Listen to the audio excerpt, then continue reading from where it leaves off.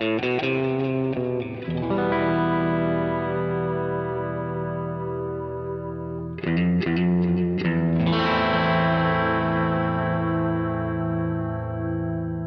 listening to Mark of the Maker.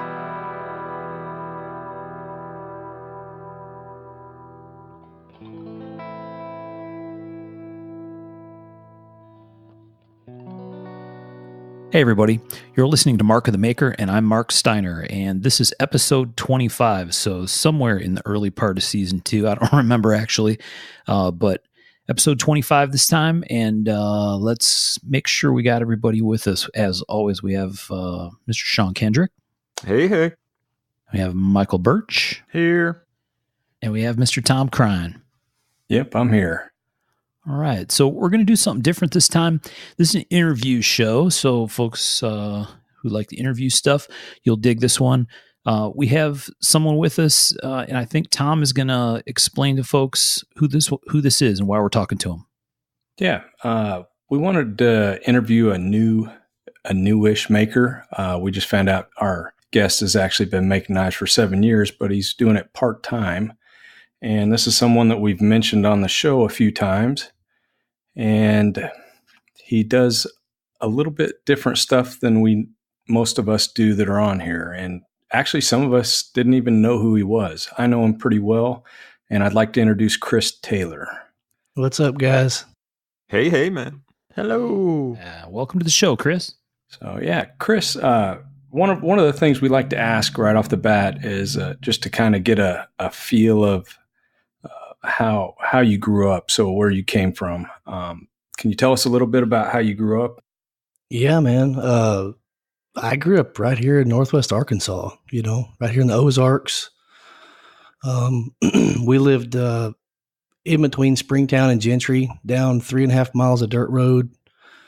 It was an old Peterson farm. My dad worked for Peterson, back then, and it was like a rental, that belonged to them. And so we had all these, large Peterson farms around there, and I just kind of had run of the mill of it. I had ponds to fish and just woods, and I was a country kid. I grew up, on the creeks, in the woods. Always had a 22. Shooting squirrels and woodpeckers and whatnot.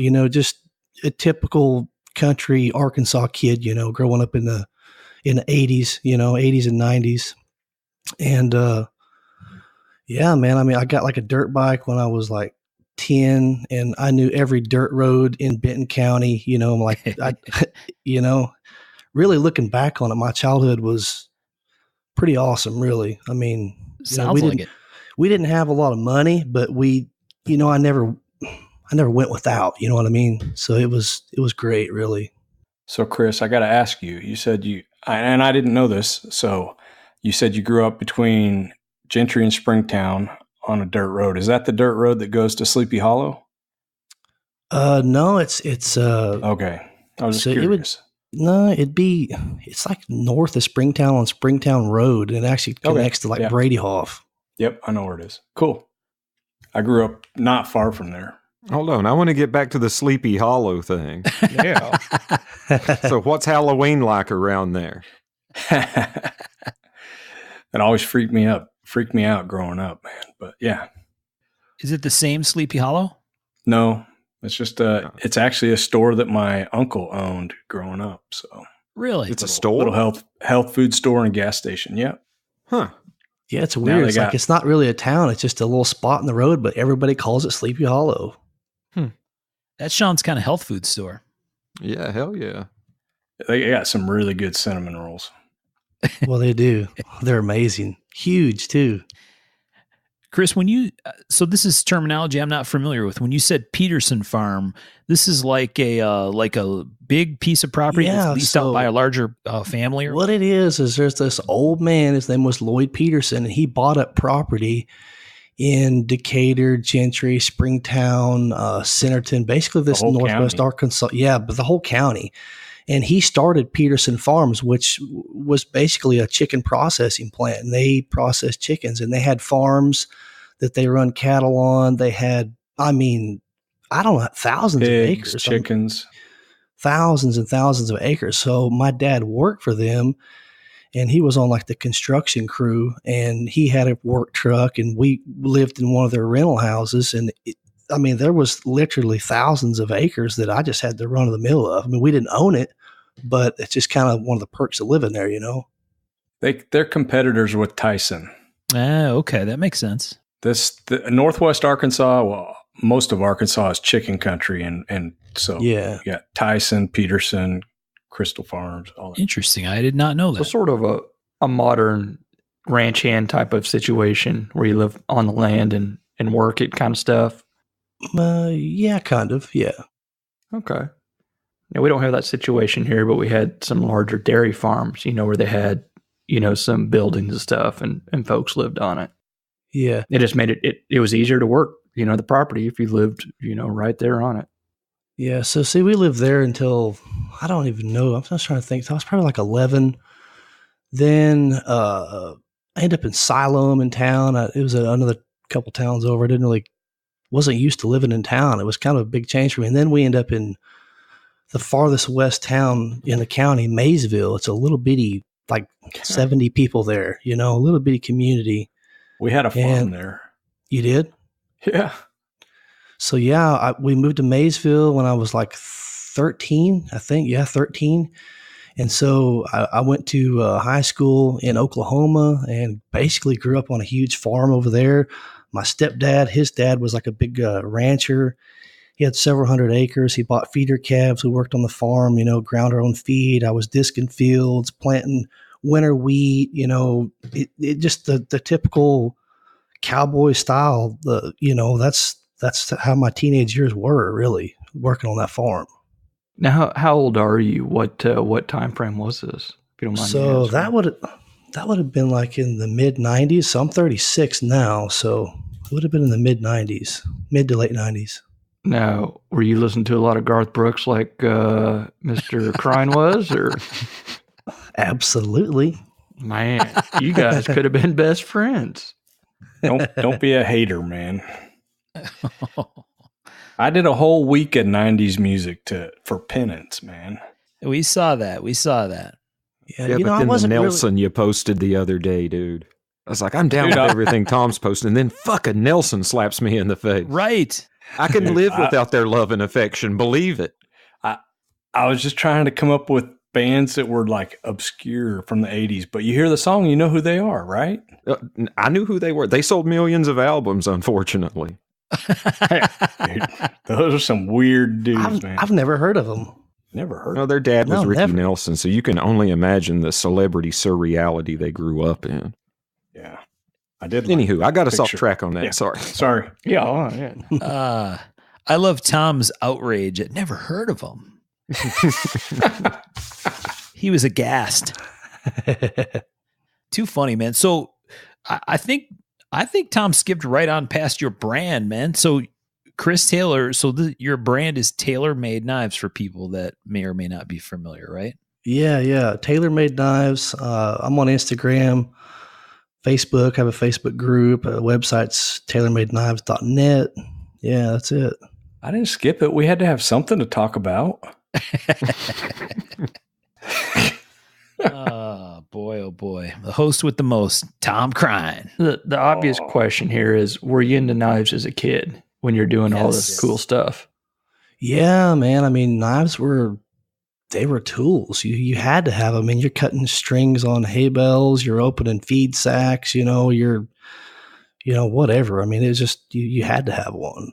Was it like a purely utilitarian type of approach, or were you like, back then I didn't really know about custom knives at all. I mean, I didn't even know they existed. I mean, it was just, it was all utilitarian. I mean, it's just a tool, Yeah, something you had. But were you getting like the Smoky Mountain Knife Work catalogs, or was it sort of this is just something we had? Yeah, I did have those catalogs, and I did remember looking at those and like thinking, wow, that's badass. But, I never really ventured into like collecting when I was a kid. It was just more, like I said, it was more of a tool. Everybody had a case pocket knife or a Schrade or an Uncle Henry or a Buck. It was, everybody I knew had, the Buck 110 with a little leather pouch, or, it was just, everybody had the work knife, Mm-hmm. So mostly folding knife stuff, Chris, or fixed blade? Yeah, it was all folding knives, and nobody really carried fixed blades. Every now and then you run across somebody that had like a little small belt knife that was like handmade, but it never really sparked any interest in me, with carrying fixed blades like that, or even the handmade aspect of it, really. Right. I didn't really say I didn't even know, custom knives were a thing until, golly, probably in my early 20s, So how did that happen? What was your awakening moment to the custom world? Well, this guy, he had these handmade knives, and I don't even remember who made them, but they were made out of, the classic, this is something you'd see forged at like Silver Dollar City. It was like a rasp or like a file or something, and it had like a cow horn handle on it and like brass pins, and it had this like nice little leather tooled, belt sheath. And I just thought, man, that's cool. And I'm looking at it, and it kind of started to think, well, somebody made this, this is like, you can't go to the store and buy it. And they were actually, looking back on it, they were like, had a good finish on them. They were cleanly ground, and, I don't think they were forged, but they're pretty neat little knives. Silver Dollar City then. Well, yeah, but I mean, it was like that style, it had the rasp, or file or something like that. Now, was this at a gun show or something? Where'd you come across this? No, it was just a local guy. Yeah, he was like into collecting, just various things, and he had like old lever action 30-30s, and he had, just random stuff, and he had those knives. That's pretty cool. Yeah. So that kind of got you on a path, or got you thinking about knives? It got me thinking about it. It kind of got me thinking about it, and it just I never really pursued it at that time, but it definitely never went away. So right, it was cool. Well, what was the first custom you ever bought? So the first custom, my wife actually bought it for me. It was a guy's name is George Icard. I don't even know if he makes knives anymore, but he was on YouTube. I used to watch a lot of YouTube channels back then when I was kind of wanting to get into knife making, but I didn't have, I didn't know anybody that made knives. I didn't know how you got into making knives. I just didn't know anything about it. And I would watch a few YouTube channels, and this guy was making these really cool knives, and they were like hunters and like belt knives. And they had this beautiful, like, mirror finish on them and stuff, and like file work spines and like exotic woods that I didn't even know you could get. It had like Bacote handles and Coca-Cola, and I was just amazed. Like, man, this is incredible. And actually, my wife, I was telling her about it, and I showed her this little clip of this video, and she did it behind my back and contacted this guy and commissioned a knife from him, and she paid him a little bit of money up front and paid it out. And like, he told her it'd be like 3 months, and she bought that knife for me and surprised me. I think it was for Christmas, actually. And I opened that up, and it was my first custom knife. And I mean, it was just a treasure, It's like, holy crap, this thing is amazing. That's very cool. Yeah. I think your wife is the treasure. Yeah. Oh yeah, she definitely is. And back then my wife, she stayed at home with my kids, so money was pretty tight. She had to really save, and kind of, put a 20 here, 20 there to kind of sock the money away for it. I think she paid like $300 for it. And at the time I'm thinking, holy crap, she paid $300 for a knife, So, I mean, it was major, Right. That's pretty awesome. That it is. So yeah, that's my first one. George Icard. I think he's in like Winston-Salem, somewhere around that area, West Virginia, somewhere. Huh. So what kind of knives were you into then? What style or what caught your interest early on? Right then, I was into 100% like hunters and skinners. That was really what I was into, because at the time I literally lived in the woods bow hunting. I mean, bow hunting whitetails was like an obsession of mine. I spent a lot of time in the woods. I would get home from work, shower real quick, throw the camo on, the no scent, grab my bow, and poof, I'd be gone. I'd be in the woods. I had some excellent property to hunt in Oklahoma, had some good property here, and I loved it, So to me, using, a knife for, skinning a whitetail, deboning, stuff like that, that was what interested me. So what were you doing as a career at that point? What was going on in your life then? So I'm a master electrician by trade.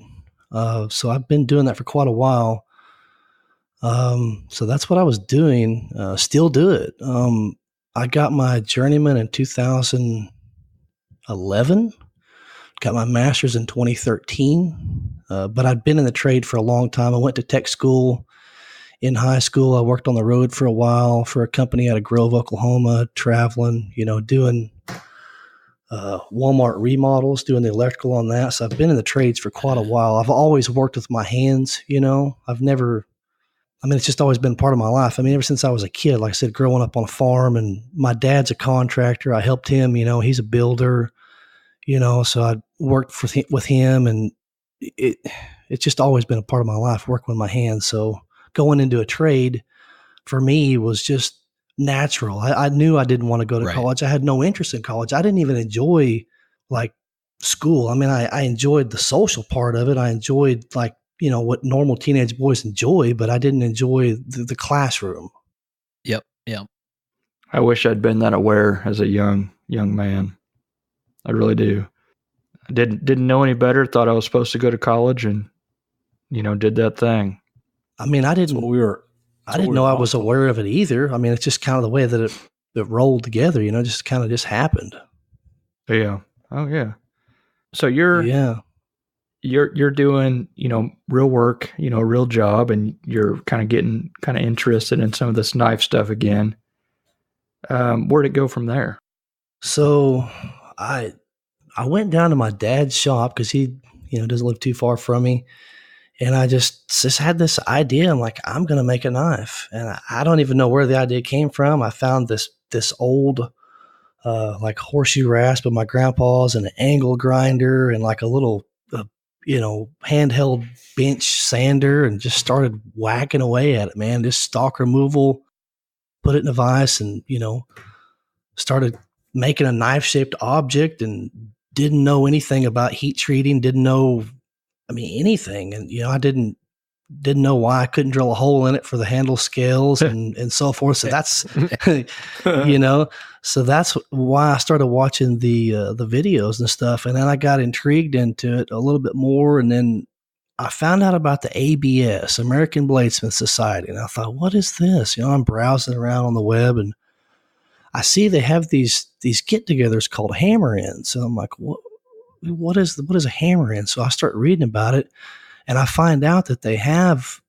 these hammer-ins all over the country, but the main one is in southern Arkansas. It's in a little bitty town called Washington. It's down by Hope. Mm-hmm. So I contacted some people, on the webpage. I think it was Harvey Dean or somebody like that, and they gave me the information. And then an older gentleman contacted me and gave me the dates, and I went to my first hammer-in, and it really lit a fire for me. When I seen what these guys were doing, I thought I have to do more of this. I have to learn how to do this, So I got into it with forging right off the bat. I built this little brake drum forge out of 2-inch black iron pipe and a T, and I used a brake drum, and I just built this little forge, and I was using a hair dryer, and I didn't have an anvil or tongs, so I was using pliers and, this piece of railroad rail. And man, I made some really, really shitty knives. They looked like bananas because I didn't know how to forge the steel. But I just never gave up, and I just kept doing it. And I kind of figured out how to move the steel a little bit better. And I went to some more hammer-ins, and I took notes, and I just kind of, that's how I got into it, really. Yeah. That's pretty cool. My first anvil was a railroad piece of railroad tie that with a little flattened top. Yeah, I think everybody kind of starts there because most people don't have an anvil laying around, No. And then you go looking for them, they get real expensive. Yeah, they do. Yeah. It's interesting that one of your first sources of information was YouTube video stuff. Yeah, it really was, because I didn't know anybody that made knives, and I didn't really have any way to get that information. So, go on YouTube and type in knife making or, forging or whatever, Yeah. Would have been crazy if there was somebody that lived close to you. Yeah, right. No kidding. So yeah, fast forward a couple of years, or maybe even a year. And I met Tom. So once I met Tom, then I had a lot more information, like I'd come up, visit with him at the shop, and I'd bring this shitty knife. I'm like, hey dude, check this out. He's like, well, you need to work on this. You need to work on this. And I would have questions, and he would, he'd kind of point me in the right direction. And, it was great. That's interesting. I had assumed that you had learned through Tom. I didn't know that you had come at it a different way and then found out about Tom. Yeah. Well, so I think you found out about, through my brother, right? Yeah. Through Jimmy. Yeah. So I was doing electrical work on the side, moonlighting, working extra, cause my wife didn't work at the time, wiring houses. And, Tom's brother, Jimmy, he's, that's what they do. They build houses and stuff. And well, his whole family, the other brother's a mason, right? Yeah. Bobby. Yeah. Bobby.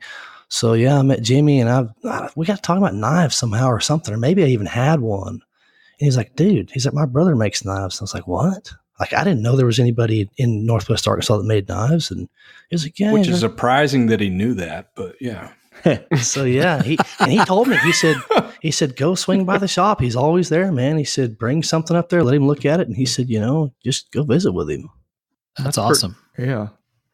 So yeah. Like a super small world kind of thing eventually, right? Yeah. The way it all kind of come together, it was pretty neat. Very cool. That's been a few years now. I don't even know how long. Dude, that was probably 3 or 4 years. No, more than that, man. More like 5 or 6. Wow. Yeah. Because my wife, Mandy, she wasn't working at the time. So yeah. Been a while.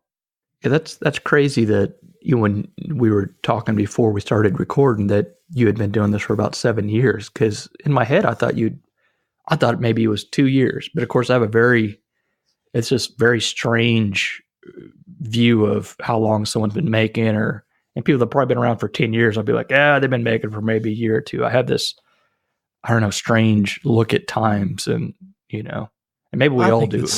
Yeah, we all do. Time is weird. It is weird. We all do that. Yeah. Time gets away from it, Yeah, well, I'll be like, that guy's pretty new, and then realize, oh yeah, he's been around for, Birch, how long have you been doing this?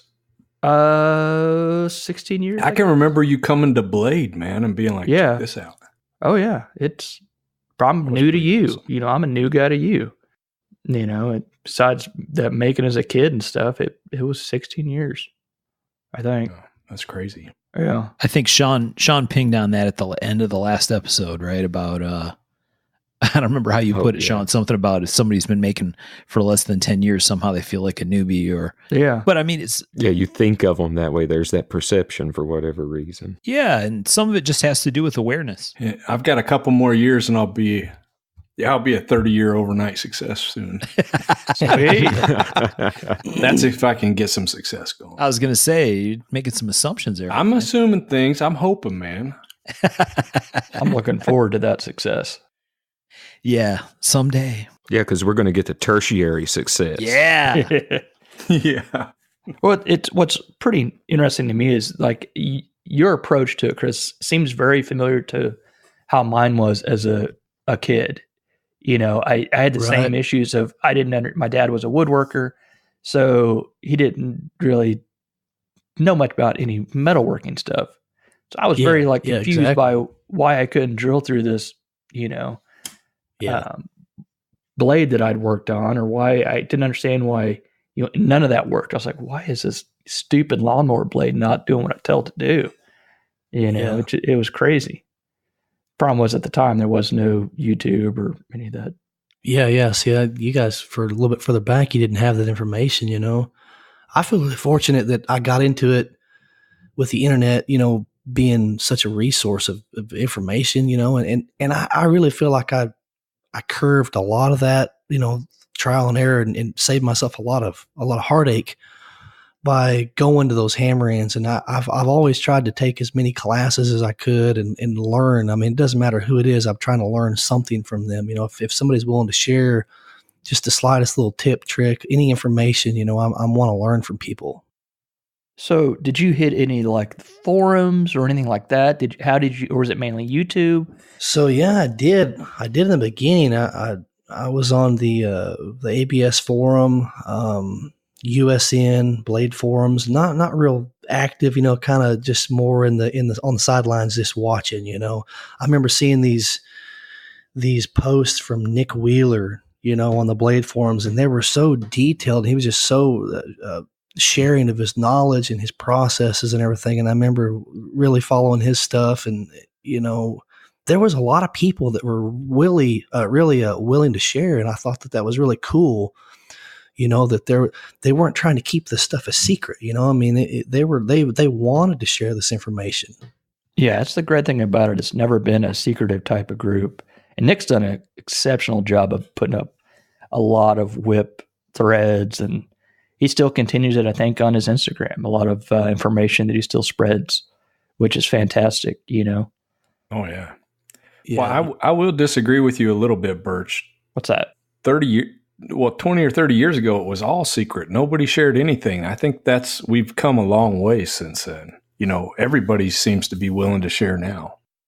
Very much. I guess you're right. It did seem very kind of secretive back then, but it's like... it was when I started, man. But I think once the forum started and really hitting hard in the beginning of 2000s. I think the internet changed that, because back then, if somebody knew how to do what you were doing, I mean, your market was really, really limited on who you could sell your knives to, whether it was shows or local venues.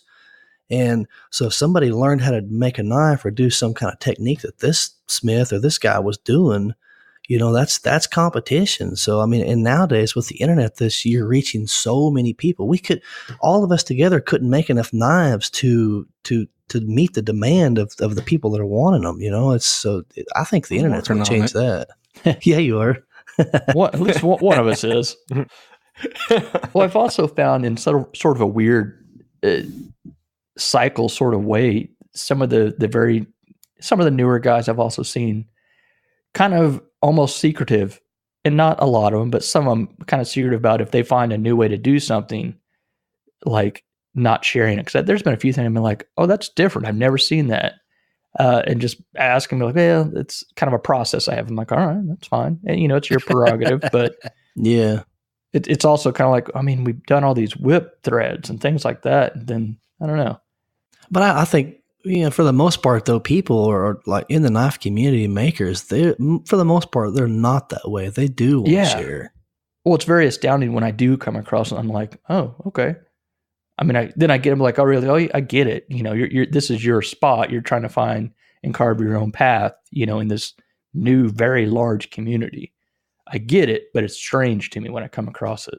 Yeah. Yeah. I mean, I feel like the reason that we can see so far is we're standing on the people before us. We're standing on their shoulders, right? So it's like, we have all these techniques and this knowledge because of what came before, and I feel like it's almost a duty to pass that on and share. Well, yeah. The petty side of me will sometimes be like, well, I shared, you should share. That's the way we kind of are like, oh, that's how it's supposed to work. Well, but it doesn't always, and they don't have to. That's true. Kind of an interesting thing. It's like, maybe this is maybe using this word, it'll be an exaggeration of the real situation, but it's almost like there are a series of generations or whatever in here, right? Kind of like the pre-internet stuff. Then, okay, the internet kind of starts to come along, but it's in the form of bulletin boards and message boards and forums, right? And then sort of the YouTube explosion happens, right? Where there's suddenly a zillion YouTube videos for every possible thing you can think of. Right. And depending on when people come into the scene, they have a very different perspective, I think. Oh, I think absolutely. Yeah. Because I mean, I know there's lots of collectors and newer makers out there that kind of were very heavily formed by the whole YouTube knife world, right? Which is very foreign to me. It's weird. It just seems strange to me, right? Because I never really paid attention to YouTube and knife reviews on YouTube. That was never a thing. As a new maker, like versus a collector, I mean, the makers, like I said, I mean, it's basically a video tutorial. It's like you can watch it, the New England School of Metalworks, that's some fantastic videos. And Nick Rossi showing how he does, the integral chef knives and all these videos, this showing these processes. I mean, why not take advantage of that? Why not watch those? Oh, yeah. And it's for sure. And it's amazing coming from a place that is getting paid because they're a school. They're giving out information on how to do stuff when their job as a school is to get students and teach. Right. It's very awesome. Oh yeah. Yeah, I know. I think it's really cool, the idea. I mean, it's I don't know why it's weird to me. Like, okay, my furnace is broken, right? Or my furnace isn't running. So I go down and, I'll do a little search on Google and it says, oh, there's a diagnostic light, right? Go read the flashes of the diagnostic light off the board in the furnace. Well, that's easy. So I go read the code, come back up, and there's some YouTube video of a guy changing out the main board in a furnace. And I'm like, yeah, okay, I can do that. I go to eBay, buy the board, fix my furnace. It's like, yeah, wow, how long has it been since I hired an appliance repair guy, right? Thanks to things like YouTube. So I don't know why it feels different to me, the idea of someone learning how to make a knife over time watching YouTube videos, but somehow they seem different. And I think that goes back to like a, again, an exaggeration, but generational thing or whatever. It was just, I think, a whole different community that that we weren't part of. And what's strange now that I think about it, that you're talking about that, Mark, I don't watch YouTube videos for knife making anymore. Yeah. I don't know if it's because I have my own processes, my own techniques, my own way of doing things that I don't want to, maybe I don't have time. I'm not sure. But I mean, if I watch a YouTube video, whatever, it's just something random and dumb or whatever, some funny video. I don't watch, knife videos. Yeah. Well, I think after a bit, you also don't want to sully your design with someone else's influence. Yeah, for sure. It's almost like you don't want to someone else's influence to sneakily come in and be like, and then show up in one of your designs, Yeah. And I think that's so easy to do these days with social media. Instagram is a perfect example. You're always looking at photos, you follow other makers, and you're seeing this. And I mean, Pete, you could easily get influenced by other people's work. Yeah. Well, I think that's not necessarily a bad thing as long as you put your own spin on it. Yeah, to a degree. Yeah, I mean, you don't want to trace anything. Well, yeah. But then you don't even want to show vague DNA, or you're just going to be a disciple of so-and-so for your entire career. Yeah. Yeah. I agree to a point, but... Well, I mean, there's some people who can transcend that, but we've seen all kinds of guys who never got their own identity. Tom, I get traced a lot, and I don't like it. No, I Let's get right down to brass tacks here, bud. I totally get that, and I'm saying no tracing. That's tracing is not right, as long as. But getting influenced by something, if somebody's making some kick-ass Bowies and you want to go make some Bowies, I mean, as long as you're not making what he's making, or Oh yeah, I don't know. I mean, no, I get that. I'm not talking about copying or tracing or any of that. Inspiration. I'm totally against it. Yeah. Yeah. No, I get it. I'm just salty. Well, no, dude, totally get it. China ripped off some of my stuff that Booker was doing, and I didn't get any royalties on any of that, but whatever. That's where the shit starts to fly, is the whole, the conversation about, or the assessment of influenced versus, that's awful close. Yeah. Right. I mean, that's, we changed 15%. That's still tracing. Yeah. You ain't got a patent on it. Yeah, I know. Oh, well. Boy. Let's get back to you. Enough about me and my weirdness. Yeah. Well, so Chris, what do you see as being the most daunting part for a new maker of getting started at this point in time? Man, or what was the most daunting part for you personally? Trying to do something different. Like, it's exactly like we're just talking about. Trying to do something, that's original, that you're trying to develop your own style to where like somebody can look and say, hey, that's, Chris Taylor made that knife, that to me, it's kind of weird. Like, where do you fall into that? Do you make, hunting knives? Do you make kitchen knives? Do you make, slip joints? Do you it's hard to kind of fall into this the style that's yours, you know, to where people, it's recognizable. You know what I mean? Yeah. To me, that's tough. I can't imagine tough. how hard it would be for new guys in this day and age, because there are so many makers out there nowadays. I mean, I can't imagine it would suck. It would be tough. It definitely is. Yeah. So Chris, first time I saw your work was at the gathering last year. Tom brought me over to your table and introduced me to you and your wife, and, you know, you had slip joint knives there. So, you know, as a result, what I have in my head is Chris Taylor, TaylorMade Knives, slip joints.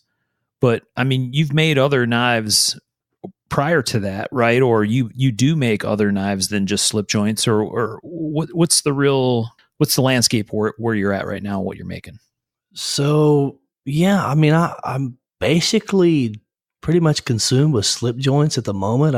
They're exciting, and I'm having fun with them, and, you know, combining materials and I just really enjoy it. I got a pantograph a while back, so I'm doing things with it, and, you know, I enjoy them, but I definitely have made other kinds of knives, and I still make other knives. I mean, I like utilitarian style knives, you know, everyday carry, you know, knives that people carry and use. I used to make a few buoys and camp knives and some choppers and stuff. You know, when I was more active in the ABS and the forging part of it, I literally have not forged a blade in almost a year. And I'm looking at the anvil and the forge, and I'm like, man, I need to fire that thing up and do something with it. But I just feel like I've kind of wait a little bit longer. I've just switched gears, you know? Yeah. Right. Now, speaking of the pantograph, I saw some work in progress pics of a keyhole folder you were working on that were super nice. Yeah, man, that right there is something I've been wanting to do for a while. I've seen some people do some keyholes, you know, other makers, you know, the DeRosiers and some of the South American guys have done some really fantastic stuff with the keyhole. And I had this idea. I thought, man, I've never seen a slip joint with a keyhole pattern in it. So I wanted to do that. And having that pantograph, I know that I'm not utilizing everything that it can do. So I started, you know, kind of working it out, and, you know, everything starts on paper for me. And recently started doing a little bit of Fusion 360, the CAD. Man, it's really tough for me, but luckily my wife is really pretty computer savvy, and she just picked right up on it. So she helped me, you know, design it in CAD, which helped me, you know, kind of get it where I wanted to get it. And then I had a person, a buddy of mine, make me a template out of G10, and he CNC milled it. So now I have a pattern to, you know, trace on my pantograph that's repeatable. Nice. Before, you know, like with my shields and stuff, I was casting them using, you know, castable stuff in a release and making my own shield patterns out of steel. And, you know, it's a lengthy process, but you're able to do everything from scratch right here in your own shop.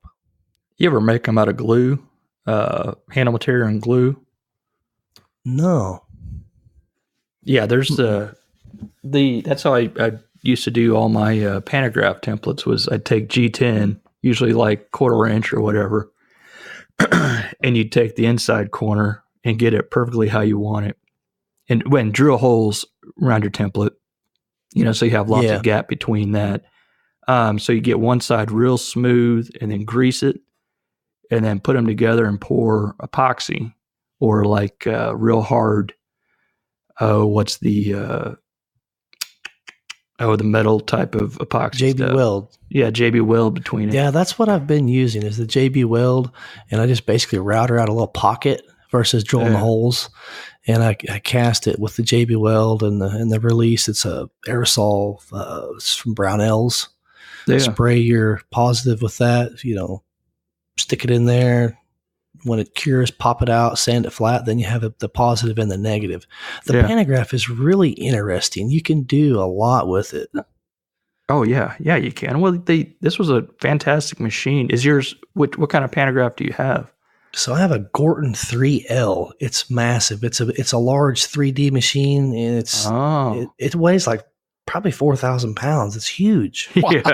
Yeah, those things are massive. beast. And they're still running on pulleys, right? Yeah, it runs on pulleys. This wasn't running when I bought it. I got it up in Kansas off of Craigslist, and the guy bought it from like a real estate auction, and he knew what it was. He was an older gentleman. He was into like aviation or something, and he knew about them. Like, I guess they used to use them during like war times to like duplicate parts for like warplanes. They would make like dash panels, and they could just make them one after another with these pantographs. Yeah. And they used to use the. Go ahead. Yeah, he knew what it was, so he picked it up, and he had it in storage for who knows how long. He said he thought at least 25 years, and he didn't want it to just sit there, so he put it up on Craigslist, and I drove up into the state of Kansas and picked it up, and it was and got it running, and man, it's awesome. Yeah, with the right amount of skill, those things can do some amazing stuff. They did with the 3D parts of it. They used to do like the shields, that you'd see at national parks and stuff, like on the the big round thing that would say this is so and so, or it'd have someone's bust on it or whatever, in that sort of really 3D. So they did that with a pantograph. Yeah. With that 3D arm, because you probably got that kind of weird arm attached to it. I do. I don't have it on right now. I've never actually used the 3D part of it. Yeah. They're fun. I would like to at some time. They're very fun to play with. That's pretty awesome. So I guess for me, I would think it would be even harder to find your identity with slip joints in the slip joint market. Was that something that you found to be daunting in itself? Yeah, actually, I feel like it was easier for me in slip joints because everybody does traditional, and I'm not a traditional guy. I can see that. I mean, you got a lot of stag, a lot of mammoth, jig bone. I'm starting to kind of, do new blade shapes, new patterns, new finishes. Combining different types of micarta and, modern materials. And you just don't see a lot of the slip joint guys doing that. Yeah. Well, there's some of the guys that I can, like Burke, you see one of his modern slip joints. You're like, oh yeah, that's a Burke. It's a very, kind of aggressive recurve blade that he does. And just, there's a few guys doing it for sure. Yeah. That have a very kind of their own look. And I'd say it'd be a bit tougher. Well, that's one of the interesting things about the, we kind of talked about the whole tracing thing or coming up with something that's a little too close to something that somebody else does. And Michael and I have had this conversation before about how it's very strange that with tactical stuff and more than just tactical stuff, because I've seen even newer slip joint makers do the same kind of thing, but where it's like, the traditional slip joint world historically is all about sharing patterns, right? Like, oh, this is Tony Bowe's whatever, swayback jack pattern or whatever. And so everybody builds the same patterns, right? Or from the same catalog of patterns, basically. At least they did traditionally. And that was just how that part of the knife game worked. Just like people build Loveless knives and they're basically off Loveless style patterns, right? Yeah. And that was all totally legit and acceptable and normal. And on the tactical side, it's very interesting because there's lots of sharing of information. There's people helping other people learn how to do stuff and how to make lock geometry and all this kind of stuff. But if you use some certain feature, right, like a blade shape or the way the blade's finished or machining stuff a certain way, then somehow that's a big off limits thing. So it's a very weird, you know what I mean? I have to agree. Yeah, it's definitely, I mean, you don't see the tactical guys sharing their patterns. It's their design and they don't want anybody else making it. With slip joints, it's not traditionally, it's not that way. It's apples and oranges, though. These patterns, these slip joint patterns, were made in factories for 100 years. Yeah, the Sheffield, those old patterns. It's different than if Birch comes and designs something that's totally his, sole authorship design versus, you shared a back pocket.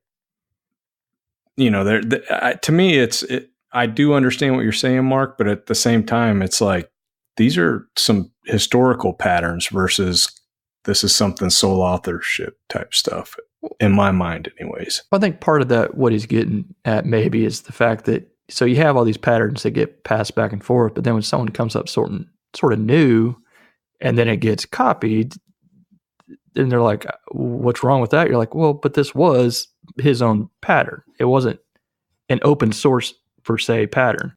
It gets kind of muddied waters there. I could see if you were a newer maker who is newer to the scene, how you could easily fuck that up. Yeah, and not know any different. Yeah. Like somehow to us, it makes all kinds of sense. Oh yeah, everybody makes that pattern. Obviously, that's fine. You can make that all you want. It doesn't matter. And then, like I said, you like put a swedge on your blade in the wrong place, and all of a sudden it's like, oh, you son of a bitch, you copied so-and-so. Mm-hmm. You know what I mean? It's just very territorial sometimes. So it's an interesting contrast, I think, where, yeah, sometimes it's like, hey, everybody shares stuff. You're supposed to share stuff. We share information. That's what we do. And then, but don't fuck with my stuff. I don't know. It's like a weird thing. It's a certain set of rules in the clubhouse, and it's sometimes hard to decipher. There are, for sure.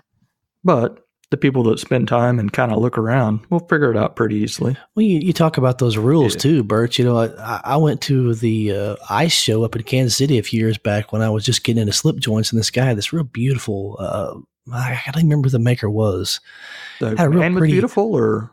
No, the knife. Oh. He had this real beautiful mammoth ivory slip joint. Birch was getting excited. Yeah. Was it me? But I asked him. Well, he said beautiful, so I'm guessing no. Yeah. Me. I knew better than to just pick the knife up, So I asked him, could I look at it? And he said, absolutely. So I pick it up and I open it and I'm looking at it, and it's, well, I let the slip joint fall on the spring versus just setting it easily down in there, and he was not happy. Yeah. He said, oh, that's. Whoa, you can't do that. This is delicate handle material. You can't let that do that. That can crack the mammoth. And, I didn't know. I didn't know the etiquette of fine handle material with slip joints and letting it basically slam close. I didn't know. Yeah. So there was like a rule there that I was unaware of. Yeah. But you learned it once and carried it from there. Yeah. What I like seeing you doing, which is a little different, is some of your shield work. I think that's pretty interesting to see. Yeah, again, that's kind of like Mark was saying about the traditional patterns of slip joints, and then you get into the shields. Well, those are traditional also. You got the Federal, you got all these other shields that you've seen forever and forever on slip joints, and with the pantograph, you have the ability to design something totally different. So I wanted to do that. So I did a little atom bomb, which has just been a really big success for me. People really like it. It's the modern look, and I did a fleur-de-lis, which is really cool, kind of classy, so I've kind of developed a few newer shield patterns that are my own design. So if somebody throws an atom bomb on a slip joint, it's like, well, I did it first. I mean, I'm not going to be, a butthole about if somebody copies it, but it's, it's my pattern. You should. Well, you kind of need to, because then if you don't, then it's no longer. Yeah, man, you don't take up for yourself. Ain't nobody going to do it for you. Then 2 years from now, someone will be like, well, look at your knife and be like, well, you copied so-and-so. And you'll be like, wait a damn minute. It can turn fast. Right. Oh, boy. Yeah. Welcome to Mark of the Lynch Mob. Yeah. Get you a Pac-Man. The Lord loves a hanging. That's why he gave us nicks. There you go. Not to hang anybody, but we could get some axe handles. What, we're going to do them like a piñata after we hang them? Yeah, down for that. right. See if any candy comes out. Sean's flashing back to his medieval era episode of nasty shit that happened to people. Mm-hmm. So where do you think you're going to go next with your knives? What's your plans? So right now, the next thing I'm going for is lockbacks. It just seems natural for me to go there from slip joints. Yeah. We went to San Antonio for spring break with my family, and I met up with Luke Swenson down there for a couple days in Lake Hills. And he showed me some lockback stuff. I took all kinds of notes, took pictures, and we built a couple lockbacks. And I hadn't started on one yet, but I really feel like I've got it now, Mm-hmm. So I'm gonna go with the lockbacks and see where that goes. Nice. think it's a good time to be making that sort of stuff. We're kind of in this open arena of knives anymore, where anything kind of goes, and everyone's excited about anything different. You know? Yeah, for sure. There's a buyer for everything these days, and I think that'd be pretty well received. Well, it's also something that there's not a lot of people doing it. You know? Yeah, we've definitely come full circle on some of the stuff. Oh, we got to deploy it as fast as possible back to let's just have some cool stuff, and we're okay with it. Yeah. I think it's interesting because I think there's a bunch of traditional slip joint guys. Like Luke makes lockbacks all the time, right? I think Rupel makes a fair number of lockbacks, but I think they're kind of outside the, you know what I mean? They're not as tapped into sort of the tactical visibility side of it. And I say tactical because I don't know what else to call kind of where we are now. You know what I mean? Yeah. But I think there's lots of room for that. Certainly given how hot slip joints have been for the last couple of years, and kind of how they've sort of taken off, right? Especially the sort of stuff that Chris is doing, you know, with canvas micarta and, you know, non-traditional kind of materials. Well, I've seen a few guys doing some very cool lockbacks, and I think it's definitely going to be the new slip joint type of thing, which is kind of crazy that it follows the same progression that it did back in the day. You know, next people will be asking for a Thumabob, you know, on their lockbacks. Well, I can't open it very fast, so here's this Thumabob. Yeah. Anodized tie Thumabob. Yeah. And a sheath that makes it open. Then someone's going to make an auto version of it, and it's just kind of crazy. But it's great to see where we are now as far as what people are loving and buying. It's basically anything and everything.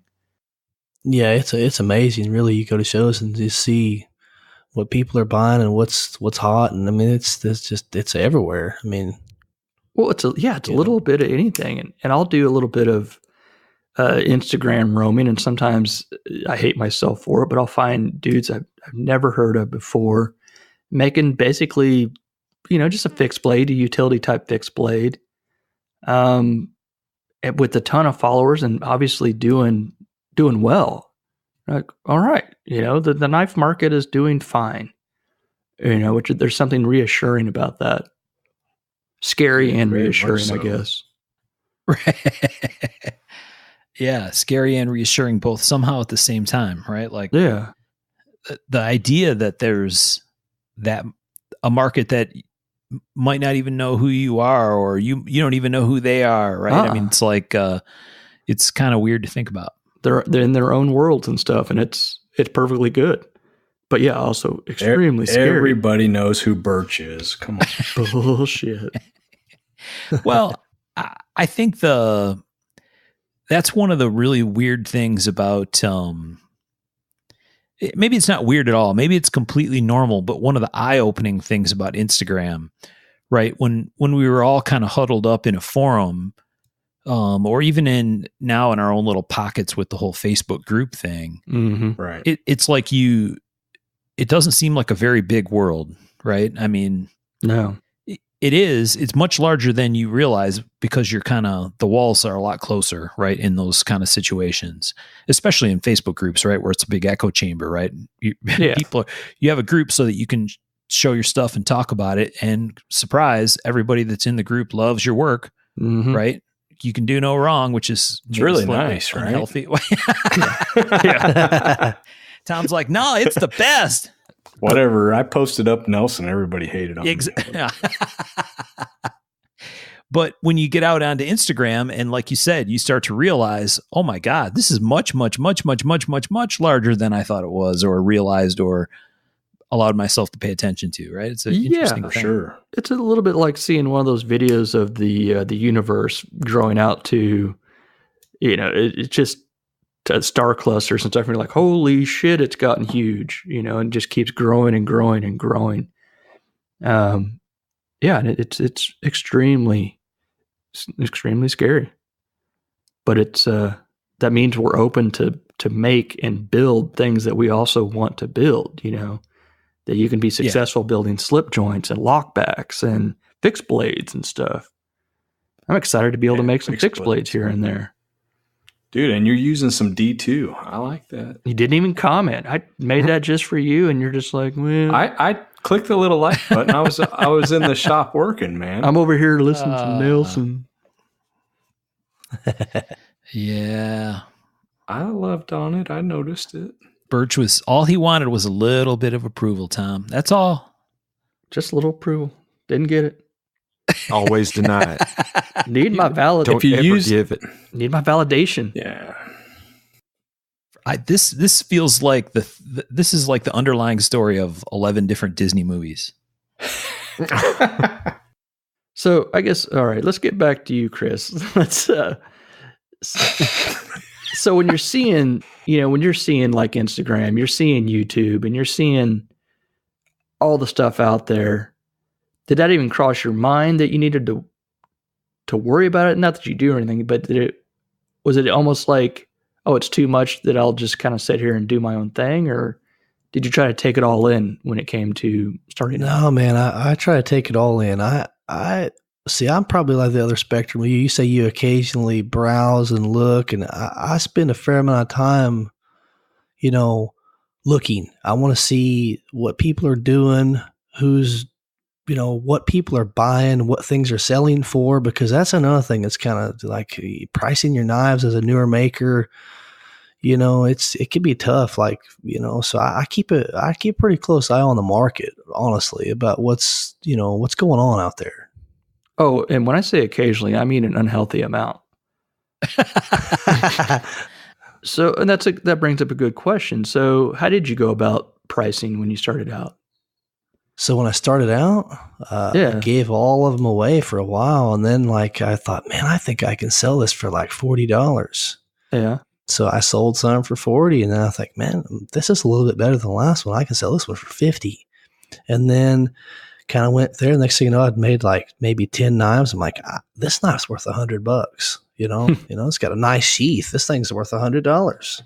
And it just slowly went up from there. Cause I would just value the knife what I thought it was worth. Like, would I be willing to pay $150 for this knife? Absolutely. Yeah.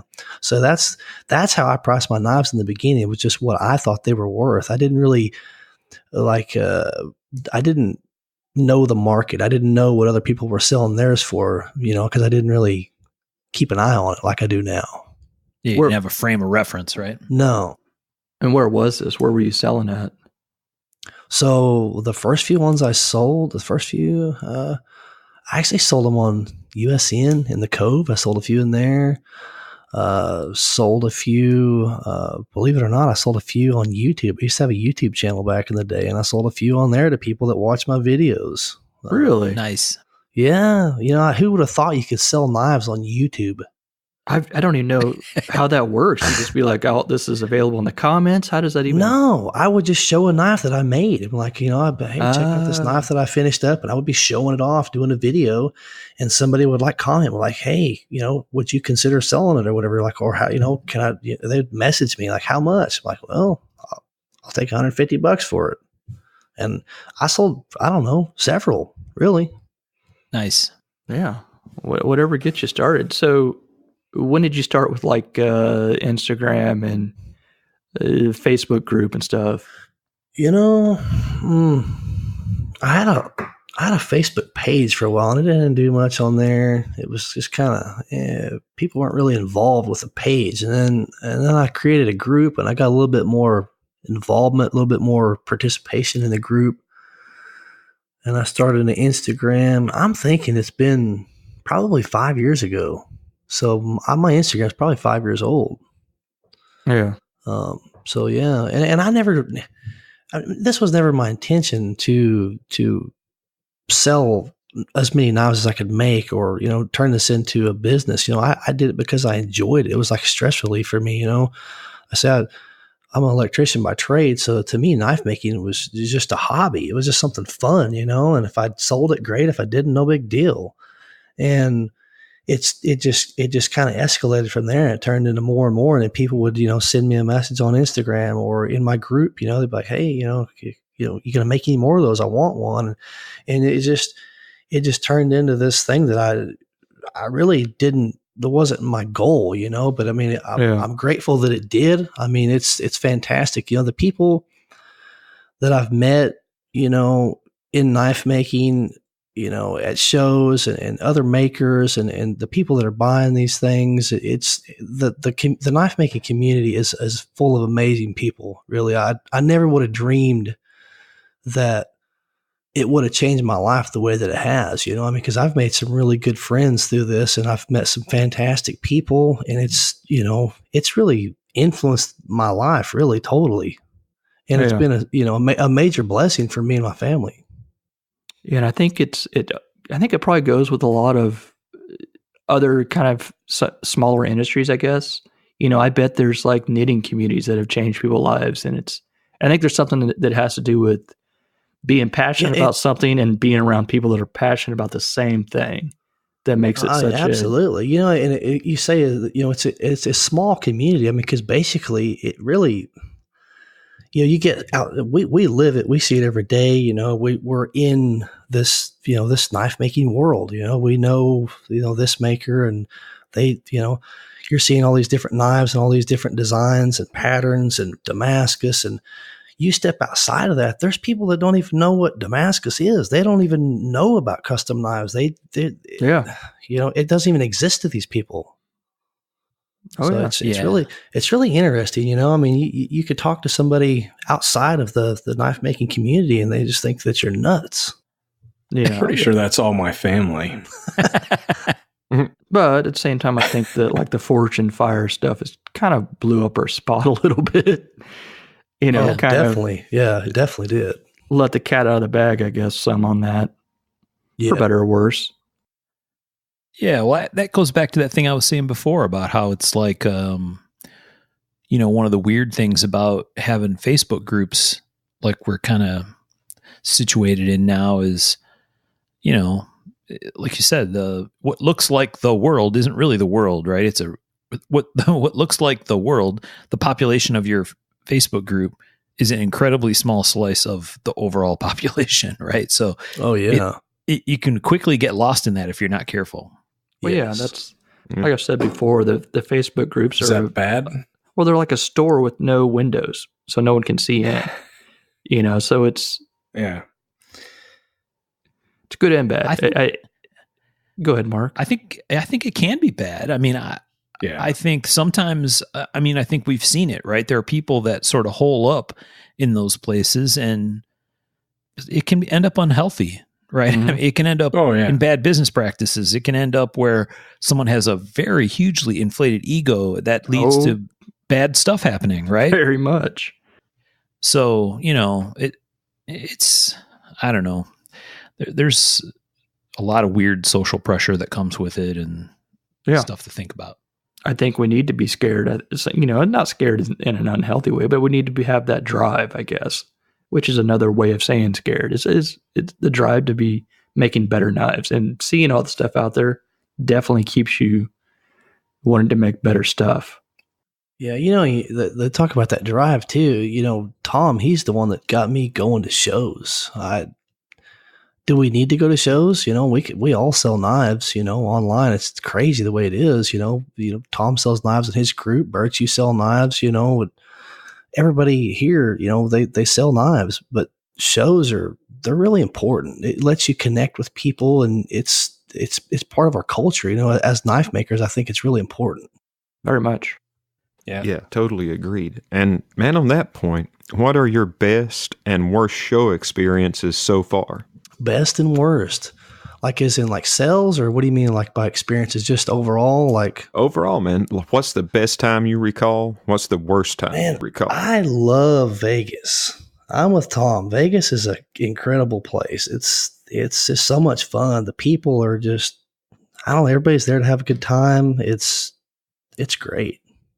So Las Vegas Custom Knife Show, I did it this year. It was in January, February. It was an awesome show. I sold out there. I did the Gathering back last year in the fall. It was a great show. So I would say Vegas is probably the best for me. New York Custom Knife Show was awesome once we finally got there. Right, because crazy weather stuff. Yeah.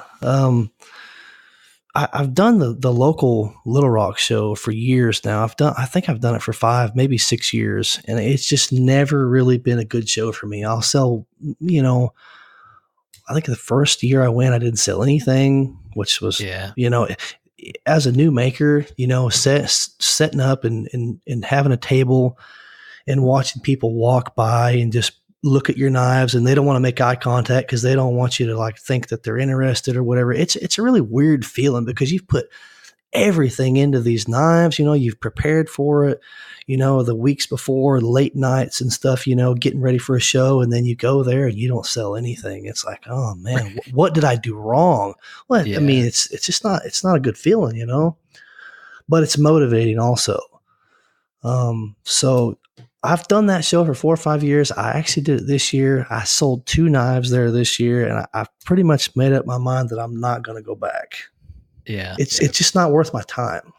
The new show is better than the old one. I used to go a long time ago, and I decided not to go anymore too because, it's a Saturday, Sunday show, and I don't do Saturday. So it's really a one-day show for me. And the last time that I went, I think it was, the second to last time the Sunday was like Valentine's or something. So guess what? Nobody was there. Yeah. And then the next time it was like Super Bowl. And my car broke down on the way. I went upstairs, used the hotel van and shuttled to the airport and rented a car and drove home. Yeah. Yeah. And I'm not talking shit on the show. There's a lot of makers that do really well there. There's guys that sell out and do great there. It's just not the show for me. And I think that's also important is finding the shows that work for you. I'm going to do 4 or 5 a year and figure out the ones that I like, so I'm doing Blade this year. I've never exhibited at Blade. I'm going to do Blade. So we'll just fill it out, see which ones I like. Awesome. Yeah. Solid plan. I'm getting ready to try something new as far as shows. What are you trying? It's not actually a show. So in my group, some guys asked me to come up, and basically we're going to do a get together. I'm going to fly in and share a meal with them, have some knives for sale, fly out the next day. Yeah, I saw that. That's pretty cool. I think it'll be fun, right? Like a micro show. Little micro show. Yeah. The one-man show. It's like, like a trunk show, right? That's what they call it sometimes. That's exactly what I was kind of comparing it to with these guys. Huh. I think it'll be fun. We're going to go to Connecticut end of the month. You're going to show up and have people throw flowers at you as you get off the airplane and right. Sell a couple knives on the tarmac and hop right back in. Yeah, that'll be fun. So long, suckers. Yeah, almost exactly like that. Yep.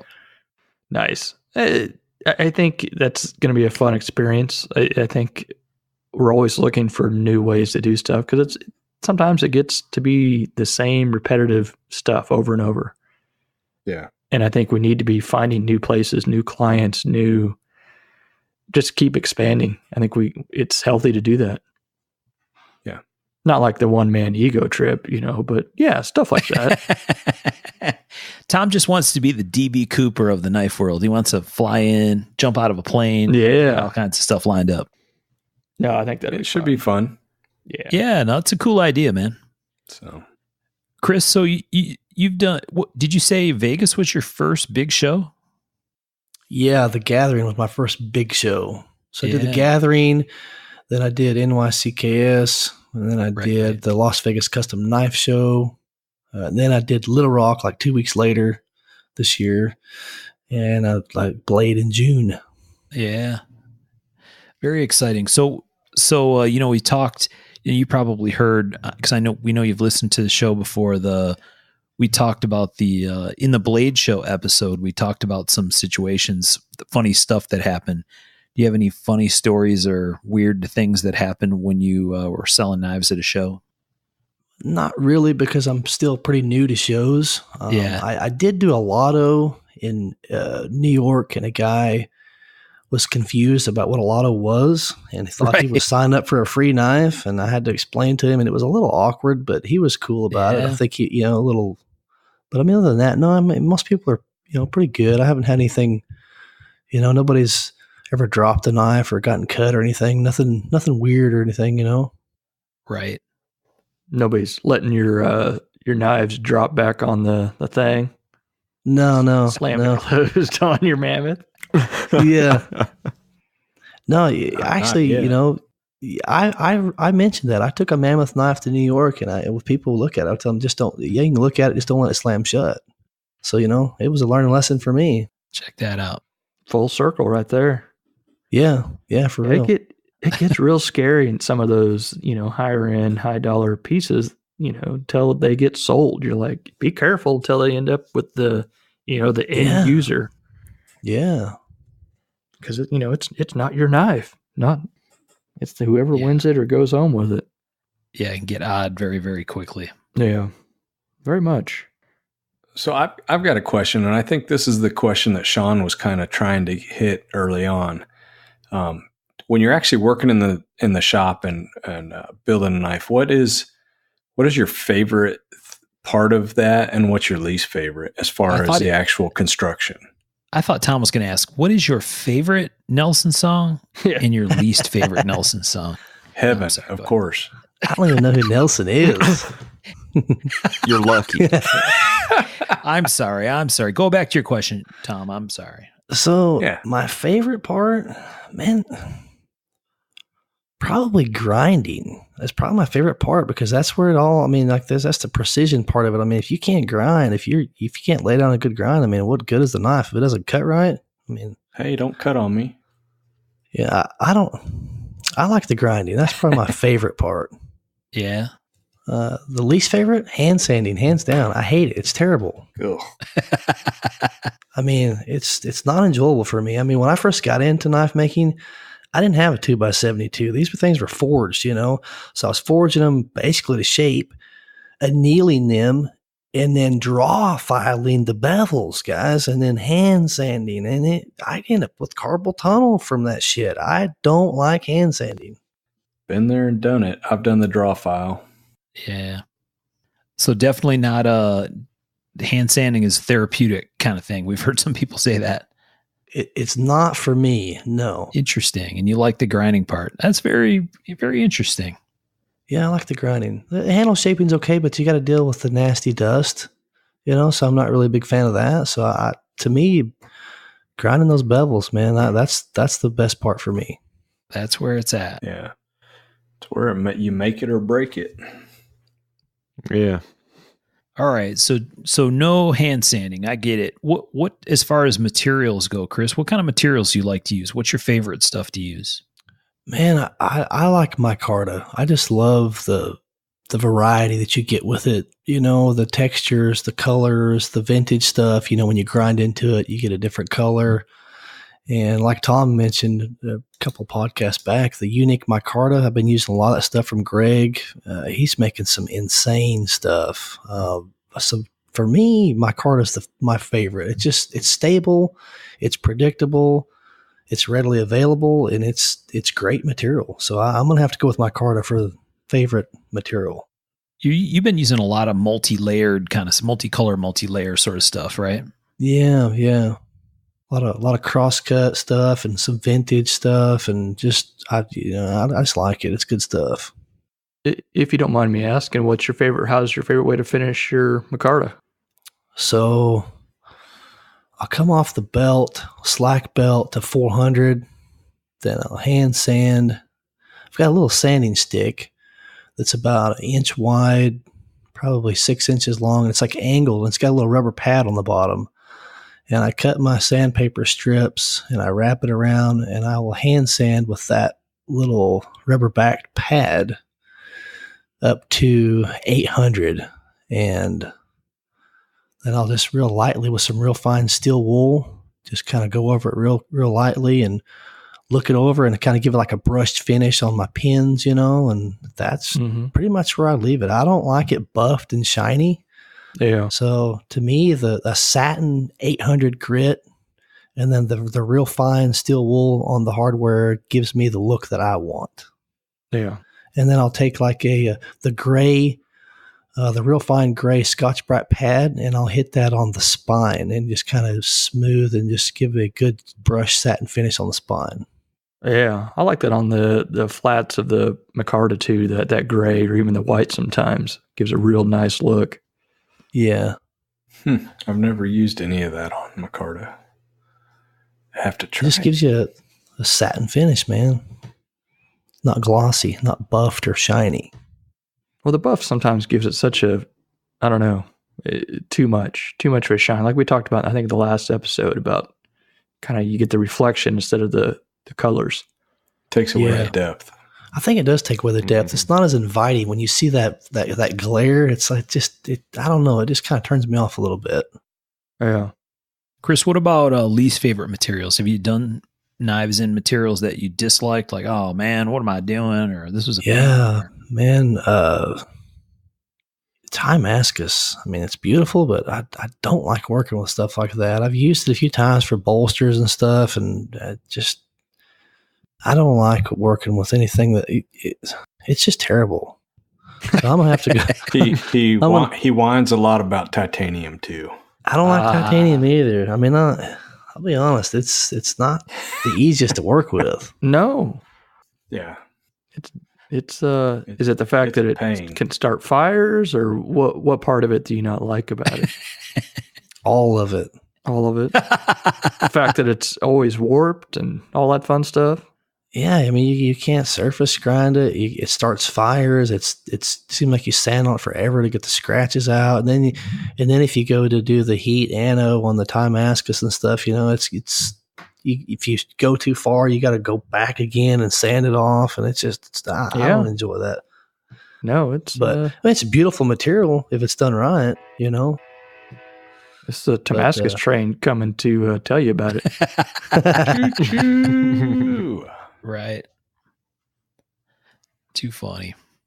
Yeah, that's probably the least favorite, just because it's so hard to work with. It's not because it's the ugliest. As far as like ugly material, I mean, maybe like straight grained wood, like unstabilized, just straight grained wood, like walnut or something that just has no depth to it, no burl or no color or no figure, just plain straight grain wood. I don't care for. I thought you were going to say pack of wood. Yeah. No, I'm not going to go there. It's a new hotness. Yeah. Right. Bringing it back. So what do you think of some of the more, it seems like there's sort of a boom in this resiny type of stuff. Are you a fan of that? It seems like a lot of newish makers are more into it than some of us old bastards. What do you mean, like resiny? Like C-Tech or what? Like C-Tech, and then there's like wood that mixes C-Tech. Oh yeah, and all sorts of all the resin. Yeah, a lot of resin stuff. I've actually used that stuff. I'm really not a fan of it, just because you really can't use it unless you glue it up to like a G10 liner. There's just no backing. It's just too fragile. I'm not really a fan of it. It doesn't really go with my style. I've used it, but it's not. It's really not a good choice of handle material, and it doesn't really go with what my style is. So yeah, not a fan of it.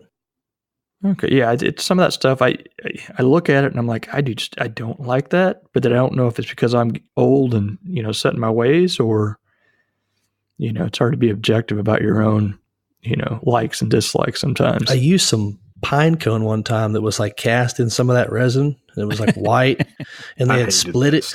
They had split it in two, and I used it, and that stuff warped off of the tang like a banana. I guess when the pine cone dried out, the moisture, the sap in it. So yeah, if you choose a shitty material like that to use, and then you got to go back and redo it, it's like, that's terrible. Yeah, it seems like that. Yeah, that's yeah. I have used stabilized pine cone as the butt of more than one joke. That's a fact. Yeah. That's crazy. If you can stick it in resin, there's going to be a knife handle with it out there somewhere with it. Heck yeah. Corn cob corn cob. I bet good money. Dude, I've seen they make it. They make it. I was about to say yes. Oh, good gosh. Can you get it in black? So what's your favorite steel? Favorites? I mean, that's important. Oh, man, I'm gonna have. Don't take the bait. I'm not gonna go there. I'm gonna take a different road, man. I'm gonna go with CPM 3V. Oh, so you're Sean's buddy. Huh? That stuff is now brutal, man. I mean, that is some tough, amazing steel. It is. Yeah, it's good stuff. Not fun to hand rub though. I wouldn't even try. Yeah, why would you? It's ugly shit anyway. Mm-hmm. Right. Oh, that's wild. I've actually done a few slip joints with 3V. Did a 3V blade and then like a 440C stainless spring. That way you can pry with it. Well, I mean, it's just I don't know. It's 3V, man. That's pretty cool. Yeah. It can impact a staple in a box and only do nothing. So there you go. Hard use, baby. There you go. Not gonna break off like that D2 would. Hey, man. Lose carbides. Yeah. You know, like the only blade I've ever had problems with the steel chipping out, and I don't really know if I pushed the edge geometry a little bit too thin, but it's 52-100 on a camp chopper. You know, I don't know how tough 52-100 is on a hard use knife. 52-100. Yeah. 5160. Yeah, I was thinking 5160. Like, yeah, 5160 is awesome. But yeah, never mind on the whole ball bearing. 52-100 should be pretty strong, but it's more of a fine grain. I guess it depends on the hardness and the cross section. Yeah. But I've had good results with it with like, you know, smaller blades and stuff, but I made a big camp knife one time and did some chopping with it, and it didn't do that well. It's always disappointing, but that's how we learn. Mm-hmm. Yeah. Yep. So Chris, you're still working full time as doing the electrician thing, right? Yeah. So you have intent to be a full time guy at some point down the road, or is that a long term thing, or sometime when you decide to retire, or like what? Yeah, I'm thinking more early retirement. You know, I want to build my shop up to where I have everything that I think I'm going to need, which I know is delusional because knife making is a lifetime of buying tools. But I'm thinking, true there. You know, 20 years. You know, maybe at 55, I'll go into this full time, and right now I'm just having fun with it. You know, that's that's exactly where you need to be. I think so many guys get into it as a business. You know, they see money being made and they're like, I can make money at it. And you're exactly where you probably ought to be to get the most out of it right now, where you don't have to rely on it to make money, and it gives you the flexibility to have fun. Yeah. And be creative too. Yeah. Find, you know, you're not dependent on a paycheck, but I think you're probably doing all right. Yeah. You know, so pay for a little vacation here and there and tool habit. Well, absolutely. Are you a tool geek? Are you sort of like he's got a Gorton, man. I mean, I would like to be. I don't have my shop set up the way that I want it yet, but yeah, I mean, tools are awesome. If you can make it easier, then yeah, for sure. Yeah. Well, it's like I love like vintage tools, and I love looking at them and seeing them. I'd love to have them all, and probably buy more tools than I should. And I think that probably that's happens never to true. Yeah. So you mean like vintage hand tools or vintage power tools?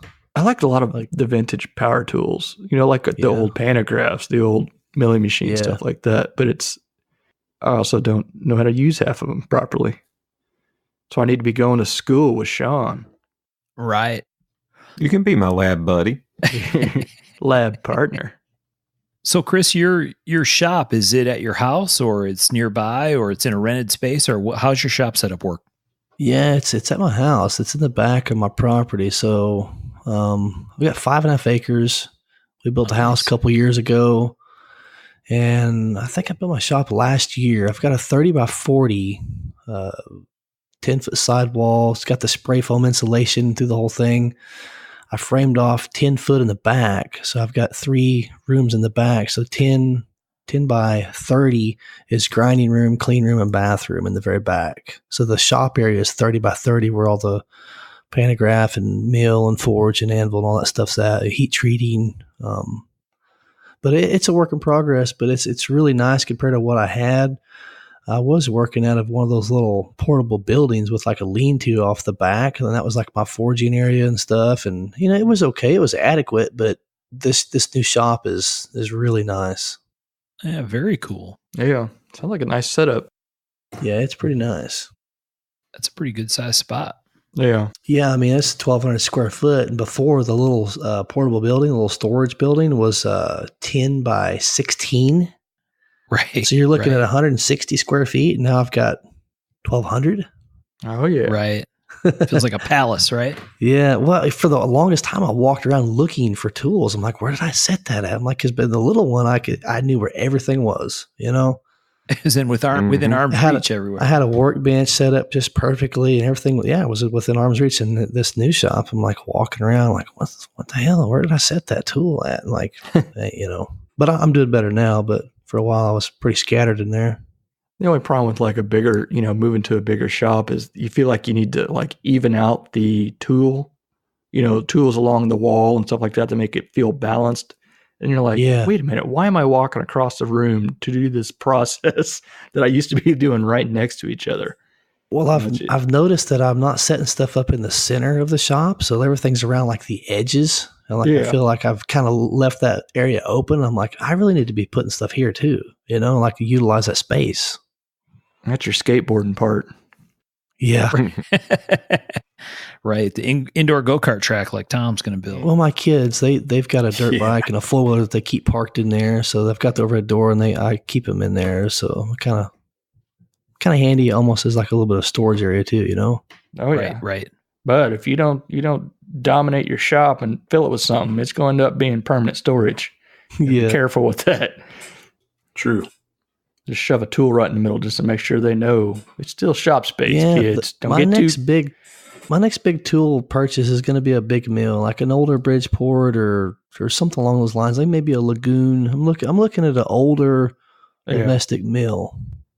They're a bit harder for us to find where in this Midwest area. They are. They're tough to find. They'll ship them. But I found one. I actually found a tool place on eBay in New York that I contacted the guy, and he told me that he would ship one freight for $500. Yeah, that's what I paid for mine. That's not bad. You can't drive to New York and back for $500. Well, that's still cheaper than what you would find a real shitty version of it here in local. Arkansas, Missouri, Oklahoma, all that area. Yeah, I agree. All right. Well, unless you guys have more background questions for Chris, maybe we'll do a couple of these sort of fun questions that we always ask people. I like it. I've got one more I wanted to throw out. Yeah, go for it. Now, man, one of the knives that's really grabbed me here recently is one of your knives. It's your personal fighter model. Really like that knife. I like what you've got going on with it. And it just really harkens back to like a mid-90s personal defense carry knife. So where did that idea come from? Because it's a little different from everything else you're putting out there. Yeah, man, I appreciate that. I wanted to design a knife that could be carried and used in a self-defense situation, but also be used, utilitarian style as well. But I wanted it to have a sculpted full-size handle, so you have a really good purchase on that knife. And I wanted it to be comfortable in the reverse grip, basically any way you grab it. 1/4-inch thick, high carbon steel, something you can sharpen easily. Hollow ground main bevel with a full clip that goes nearly all the way back to the handle that's sharpened. It's got like a 3.5-inch blade, so it's not a huge knife, but it feels pretty solid when you get a hold of it. I mean, it's got around a 5-inch handle, so it's a large handle, but it's still small enough that you can carry it, And I'd been wanting to do something like that for a while, so I sat down, drew it out, and had an idea where I wanted to go with it. It's got a little bit of drop to it. All my knives, I want to have a little bit of a curve and flow. I don't like knives that are flat on the back, so much. I want some flow to them. So I drew it out and again, I kind of went back to the Fusion and started dabbling with that a little bit and drew it on there just to get some practice, and printed that dude out and put it on some steel and cut it out. And I made one, and I got a lot of good positive feedback from it. People really liked it. So I'm probably going to do like 20 of them and just offer up, 3 or 4 here and there and see where it goes. Just have fun with it. Man, glad you're going to be making more. I really like that design. Look forward to seeing where you go with it. Thank you. That's interesting. So you mentioned earlier that your wife is kind of the Fusion 360 hotshot at TaylorMade knives, right? Yeah. We're both new at it, but she's way better than I am. So I can design slip joint shields, fixed blades. I've got that down. Being able to save it as a DXF or, share it and, modify it. And I've been messing with the lines and the arcs and the different things. And I've got it down pretty good for fixed blades. I haven't designed any folders yet, but that's my intention. Yeah. So are you doing them as a 3D design then? I mean, it makes sense that you would be since it's Fusion, but yeah. You had to extrude it, pull it out, and right. and model it in 3D and roll it around and look at it. Yeah. Very cool. Do you have intent that at some point you want to have a CNC machine to be able to do that stuff in-house? Is that on your list of goals? It is. Yeah. I think that, I think that's the future, really, honestly, being able to do more in your own shop without having to outsource it. And that's really, that's something that I think most knife makers could utilize and gain from that, Right. I don't know. I think all these guys are on the same page with you on that one, with the capability of the machine and be able to do some things on your own. Hell yeah. Mm-hmm. I can dig it. Mm-hmm. So, fun questions. I know Michael always likes to ask this question. So, Michael, let it rip. Talking about the favorite movie knife? Yep. Movie knife. What you got? Movie knife. Man, I've got like 3 because I knew you guys was going to ask this because you ask it every time, right? Oh, hell yeah. Are we that predictable? So, but the thing of it is, these have already been picked, so it's not gonna blow your socks off, right? So That's I got all right. Crocodile Dundee because to me, when I was a kid, Paul Hogan, that knife was it was badass, man. I mean, it was just this big shiny buoy, and he stabbed a damn crocodile with it. Predator, that's been mentioned. The knife that the Indian guy had on that log when he carved those blood stains in his chest, that knife's badass. Hell yeah. And Rambo 2, not Rambo First Blood, but Rambo 2. Rambo 2, eh? Yeah, the one where he goes back to Vietnam to get the POWs. Yeah. That knife there with the black and then the shiny bevels and the saw teeth, it was designed a little bit different than the first one. And it just really, I remember that knife was the most badass tactical knife I'd ever seen. It was amazing. Yeah. Lit a fire, man. I think it did for a lot of people, really. Yeah. Oh, yeah. Yeah. I think So yeah, those 3, Dundee, Predator, and Rambo 2. there you go. We talked about the Rambo 2 knife, didn't we, during the movie knife episode? I'm sure we hit. I think you did, yeah. Yeah. For sure. All right, Sean, you got a fun question? Man, what maker from history would you like to spend a week in the shop with? Oh, man. And we could be talking old history or new history or what have you. New history, a real thing. Well, yeah. It's history in the making, baby. Bill Moran. Oh, yeah. Excellent It'd have to be choice. Bill Moran because he pioneered so many things. I mean, without him, kind of paving the way, starting the ABS, I'd have to pick Bill Moran. I think it would be a lot of fun. I think you would get a lot out of that. That's a good choice. Solid choice. Very good call. I can still remember going to Blade Show and having him and his wife there, and pretty cool, neat guy. Yeah, unfortunately, I never got to meet him. I've got to handle a few of his knives, but I never got to meet the man. That was Chris's opportunity to say, really, Tom? Did you pedal your Fred Flintstone car all the way to Atlanta for Blade Show? Dude, I was talking today. I've been going to Blade Show for like almost 30 years, man. Yeah, Seriously, it's crazy. that is I think crazy. I've been since 90 or 91. You're Yeah. so old. That's a long time, man.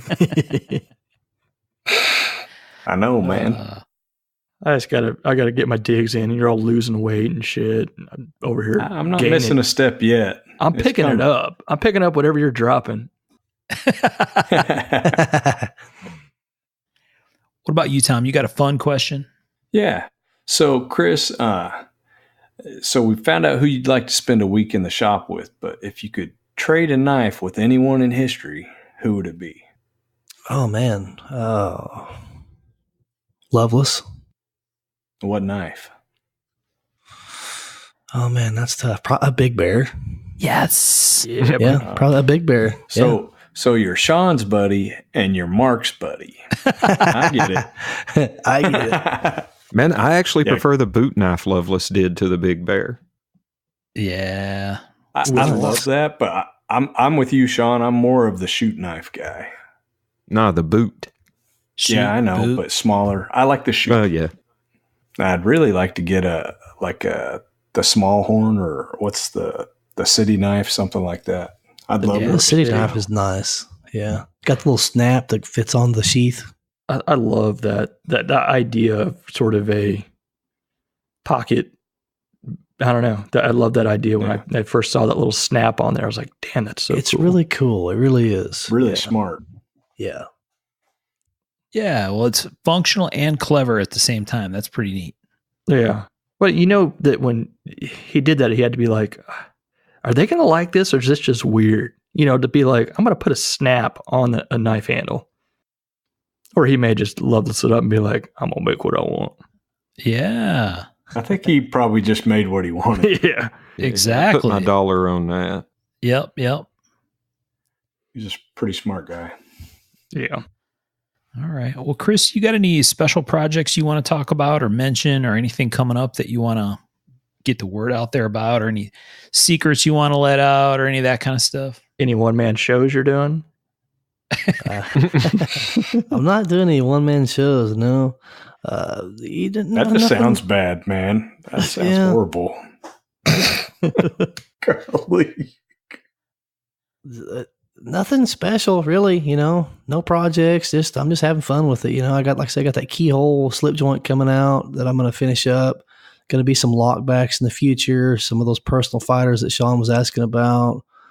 You know, blades coming up. So me part time, I got to start kind of thinking about that because I can't work on them all day every day. You know, so Right. Blade's going to be exciting. It's my first time going there, setting up, you know, so that's going to be fun. But that's about it, man. Just having fun with it, enjoying life.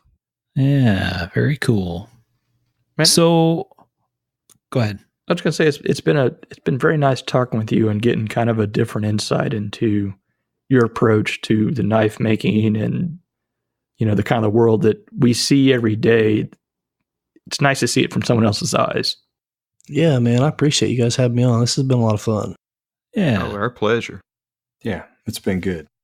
What all you guys got going on in the shop? Sean, what do you got going over there? Man, let's see. This week I've finished up 2 hexes, and I've got a ruiner that I'm getting ready to start working on. Nice.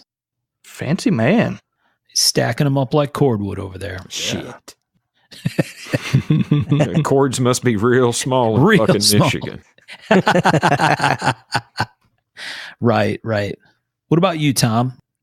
We're working. We've been trying to put stuff up for sale every day, and redoing the shop. We've got new paint on all. You know, the old part. It's almost all repainted, and new trim and all that. The leaks are fixed. What else? Been having fun posting in the group. Trying to do that every morning, and just had a birthday, so I'm older now. Yeah. Probably the best birthday ever. You know, built myself a knife in the shop. That was fun. That was pretty cool to follow along. That's neat. That was fun. what's new in the shop? We got a laser coming, so that's going to be here in another week. Oh yeah, You pulled the trigger on the laser. Yep, Surprise. they are building it. So yeah, I'm getting a Tykma Mini Laze XL 50 watt. Nice. so you're Yeah, saying that I'm excited about it. that laser door-to-door salesman that just happened to be walking by your shop at Gentry, Arkansas, worked his magic and sold you a laser, huh? Well, we wanted one, and we reached out to them, and he's like, "Oh, I'm going to be in the area anyways." And I'd been researching it pretty hard, and he tried to sell me one, and I'm like, "That's not what I want. You're supposed to upsell me. I want the bigger one." So. Yeah. Right. You know you're going to be getting requests for people to put, dates and names and to Uncle Bob on the other side of the blade now. Hell yeah. Well, for a small fee. Easy peasy. I do think that I personally don't like that. I don't want I don't either. somebody's name on my historical Randall when I buy it, Yeah. But whatever. At the same time, I can see it. I could see someone wanting that. Yeah. Heck yeah. I I want my knife to have more shit on it than a NASCAR. Fuck. Hell yeah. I've also had knives come back and people are like, "Can you grind this name off?" And I'm like, Yeah. No. but yeah, that's it. Well, good for you, man. That's a big deal. Shooting laser beams before you know it. Yeah, that's pretty awesome. And you got a rotary, right? So you can do round stuff. Yep, we got the Oh, rotary, yeah. and we got the multi-wave form, so it'll have a bigger color palette for tie and actually stainless too. But Yeah. it's pretty expensive. But I started doing like cost analysis, and dude, I'm spending like 5 hours a week logoing stuff. Yeah. And I'm just like, and the thing is, for whatever reason, the stencils have gotten really bad. Usually I buy 3 or 4 sheets and that lasts me most of the year. I ran out in January. It's like you get 1 or 2 and they'll get a little dot in them or a crack or whatever, which I've never had that problem before, but it's, when that happens, you've got a finished knife and you got a crack running through the grind and you're just like, Yeah. It really is frustrating. The yellow? Are they yellow or are they blue or green? Which ones are they, Tom? So they're not green. That's Marking Methods. And I kind of rage quit them a while back because I don't know what they were doing. But I'm using Tuss, which they've done a great job always in the past. And I don't know if it's something I'm doing. Yeah, I don't know if it's something I'm doing or what. But anyways, I'm frustrated with it and the time spent. And so we jumped. We took the jump. So nice. For merch, it's going to be good for merch. We can do a lot of stuff with it. Stuff that we had outsourced in the past can now come in-house, and stuff that we looked at but just wasn't economically feasible. Like by the time I paid somebody else to do something, there was like no room for profit. The guy with the laser made all the profit, So now we can bring some of that in-house and, just have some fun with it. You can bring in work being too. able to etch round things. So you'd be able to etch like the Yeti tumblers with your logo on it now. Yeah. Exactly. That's cool. That's cool. why we got the rotary. It's going to be cool. I can't wait. That's exactly what I was thinking, Chris. We're going to get some Mark of the Maker Yeti mugs going. Yeah. For real. Either way, it's going to be cool. You're going to have a lot of fun with it. You can do a lot of outsource work, and you can probably have it paid for pretty quickly. Well, I've already talked with one company who's wanting us to do some work. We're working on getting another mill too, so we're going to be doing some OEM stuff. It looks like in the near future. You're going to be lasering all my V5s too. Yeah, for sure. In 2022. Yeah, right. In the year 2525. Yeah. Dude, honestly, you can drive down here and do it your damn self. Whoa. Sounds like leaving my shop. Oh, yeah, never mind. What about you, Birch? What do you got going on? I was jacking around with some fixed blades, some D2 fixed blades. Yeah. What steel was that again? D2. Yeah. Gonna be heat treated by me though. Wow. Yeah. We actually, dude, it ain't rocket science. We've been heat treating a few in our shop too. So I mean, if you got a Rockwell tester, you're good. Yeah. No, it doing some of that, jacking some folders, kind of. The little fixed blade looks good. Thanks, man. Appreciate it. Yeah, that did turn out super nice. Yeah, that's sweet. Very birchy. Well, that's the plan. I know. Yeah, I like it. But it definitely has your thumbprint on it. Mhm. Yeah. Appreciate that. Well, good deal. So we got a little bit of merch going for Mark of the Maker. We have we order up some stickers, and we're gonna figure out what we're gonna do with those. Probably we'll ship them with the mugs when they come in. The next round of those Deneen pottery mugs when they show up.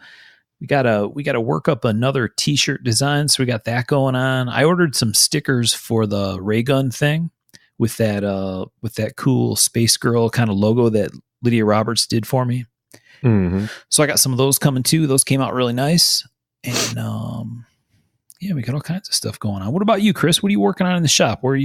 What's happening this week or coming up? So I've got some more of those Nessies coming up, the Nessie slip joints. I've got several of those on the bench.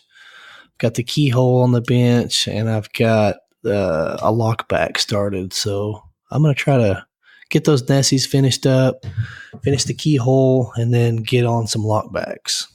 Very cool. That Swenson guy down in Texas, he didn't try to pour any bourbon down your throat, did he?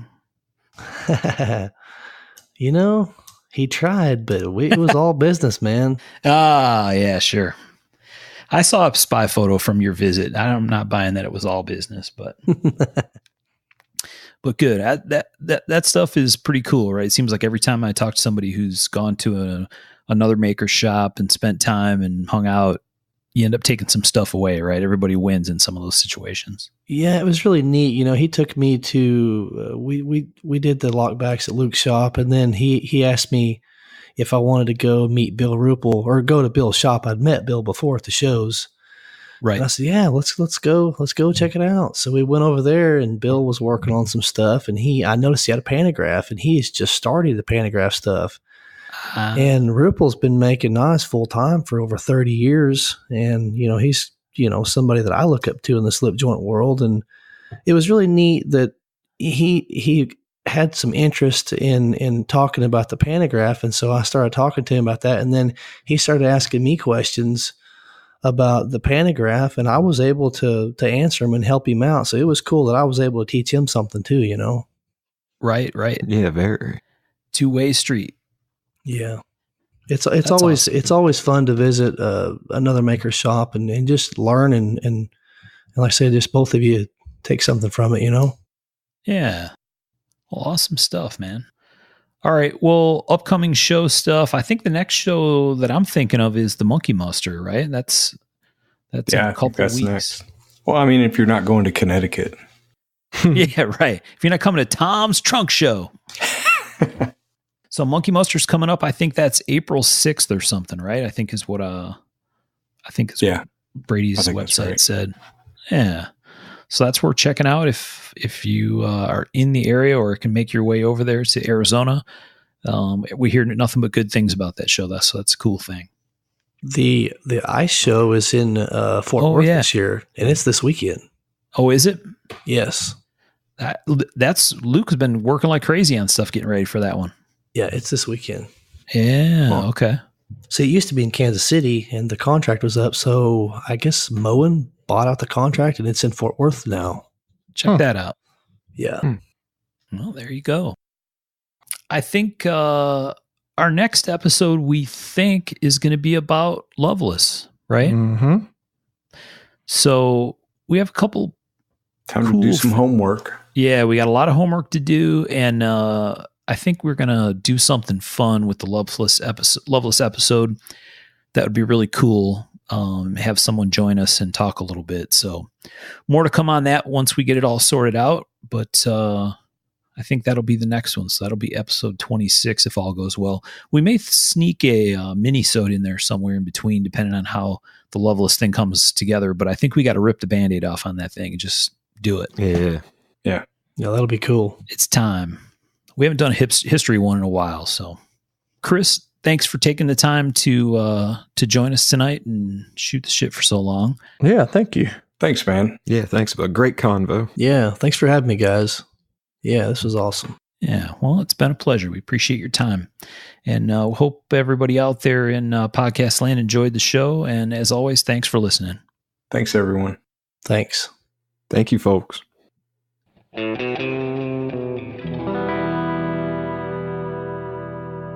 To learn more about our makers, you can find Tom Crine on the web at crineknives.net, in his Facebook group, Crine Knives, or in his Instagram account, at Crine Knives.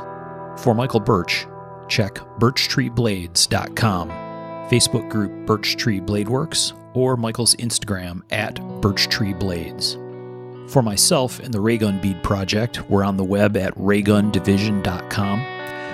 We have a Facebook group called Raygun Division, or my personal Instagram, at msteiner. For those interested in photos, references from the show, or some discussion about the show itself, you can find us on the web at markofthemaker.com, in a Facebook group called Mark of the Maker, or on our Instagram, at Mark of the Maker. Last but not least, the ultra cool and haunting background music we use for the show is a piece called Noir Guitar by Stevie's Amp Shack, found at the Free Music Archive and licensed under Creative Commons CC BY 4.0. Thanks for listening.